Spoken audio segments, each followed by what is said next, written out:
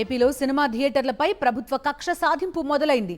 Deputy CM Pawan Kalyan ఆదేశాలతో కాకినాడలో cinema థియేటర్లను తనిఖీ చేశారు అధికారులు.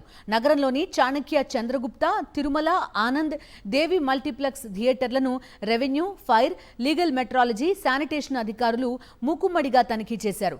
అన్ని తనిఖీల తర్వాత కలెక్టర్కు నివేదిక అందజేస్తామని తెలిపారు అధికారులు. పూర్తి డీటెయిల్స్ అందిస్తారు మా కరెస్పాండెంట్ రాజు.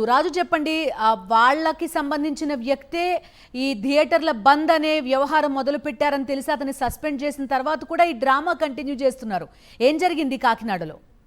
రైట్, ఖచ్చితంగా మనం చూసినట్లయితే కూటమి ప్రభుత్వం ఖచ్చితంగా థియేటర్ల యాజమాన్యం మీద కక్ష సాధింపు మొదలు పెట్టిందని చెప్పుకోవచ్చు. వాస్తవంగా చూసినట్లయితే ఎవరైతే రాజమండ్రి జనసేన సంబంధించి ఇన్ఛార్జ్ ఉన్నారు, అనశ్రీ ఫిలిమ్స్ అధినేత ఆయన సత్యనారాయణ సస్పెండ్ చేయడం జరిగింది. ఆ తర్వాత నుంచి థియేటర్ల మీద కక్ష సాధింపులు కొనసాగిస్తున్న పరిస్థితి అయితే మనకు కనిపిస్తున్నాయి. తాజాగా కాకినాడలో ఏదైతే ప్రధానమైన థియేటర్లు ఉన్నాయో దేవి మల్టీప్లెక్స్ తో పాటుగా చాణక్య, చంద్రగుప్త, తిరుమల, ఆనంద్ థియేటర్లో ఒక్కసారిగా అధికారులు మూకమ్మడిగా దాడి చేయడం జరిగింది. ముఖ్యంగా ఈ తనిఖీలలో ఏదైతే ఈ రెవెన్యూ, అదేవిధంగా లీగల్ మెట్రాలజీ, శానిటేషన్, ఫైర్ ఈ 4 శాఖలకు సంబంధించిన అధికారులంతా కూడా థియేటర్లతో క్షుణ్ణంగా తనిఖీ చేయడం జరిగింది. ప్రధానంగా ఎంఆర్పీ ధరలకే అక్కడ తినుబండారాలు విక్రయిస్తున్నారా, శానిటేషన్ ఏ విధంగా ఉంది, అదేవిధంగా ఫైర్ కి సంబంధించినటువంటి నిబంధనలు పాటిస్తున్నారన్న దాన్ని క్షుణ్ణంగా పరిశీలించడం జరిగింది.